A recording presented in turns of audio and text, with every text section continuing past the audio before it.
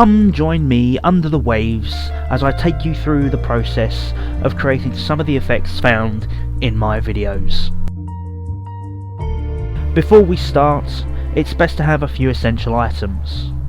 The first and most important is a good quality video editing software package. In terms of hardware, a camera is essential to the process. You can use any kind of camera you need, including ones found on mobile phones or webcams, depending on the quality of footage they can record.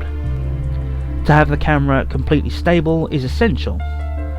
It's why it's often best to invest in a tripod, whether that be desk mounted or freestanding. It's also useful to have a couple of extra spotlights at hand. While it's not necessary these be very big, it is quite essential that they are bright. They can be used for long periods of time and not burn themselves out. Lastly, a frame with a green screen or blue screen, depending on your preference, to help create the visual magic. It should also go without saying that when using a green screen, don't wear green, and when using a blue screen, don't wear blue, unless of course you want to create a floating head. I'm not going to judge if you want to turn yourself into the moon from Majora's Mask. Hey, that's your call. When using a blue or green screen, I often find that having a minimum of 4 lights is essential.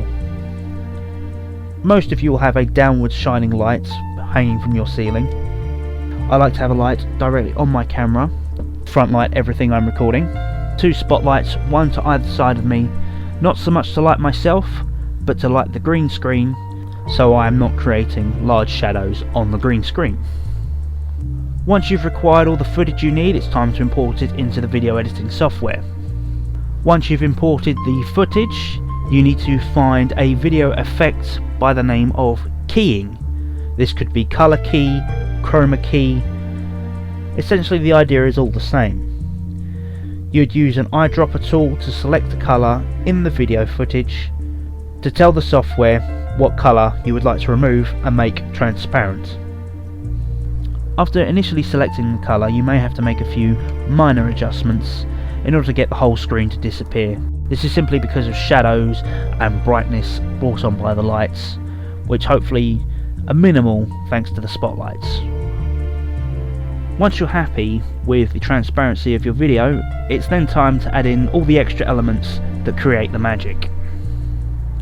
The most important thing here is layers. Most of what I do is achieved using a series of videos and still images layered upon each other. Taking my intro as an example, the base layer is a video of moving clouds. On the next layer is a still image of the cockpit with the windows removed in a photo editing software. This then gives the illusion of the aeroplane flying through the air, passing the clouds. From there I take my footage with the chroma key effects applied and add that onto the video before adding a final still image over the back to hide anything that wouldn't technically be visible from that angle if the situation were real. It's then a matter of editing the small video clips and the individual still images so that everything runs smoothly as you'd like.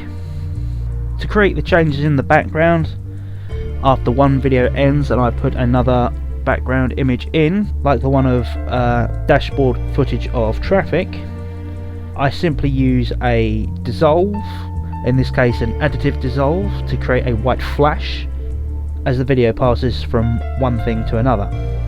When it comes to my logo that comes up after all of this, it's simply a matter of 9 individual still images. Firstly, I tell the center skull to expand from nothingness up to its full scale, and then on top of that I tell the TSET layer to fly in over the top, all done using the method of telling the layer what position it needs to be in at a certain point, having both wings expand outwards using a scaling method, and then animating crops in reverse for the lettering. The idea being that I've cropped away 100% of the letter, and then as time passes it slowly uncrops the letter, fully revealing the logo. Once everything is on screen, I replace all the individual layers with a single image, and then adjust the gamma so that it gives that white flash as it's completed. Hopefully that's given you some kind of insight into how I create my videos and introductions. If you require any further in-depth help, there are a great number of self-help videos on YouTube that can go into your own individual software packages with you to help you create anything you can possibly think of.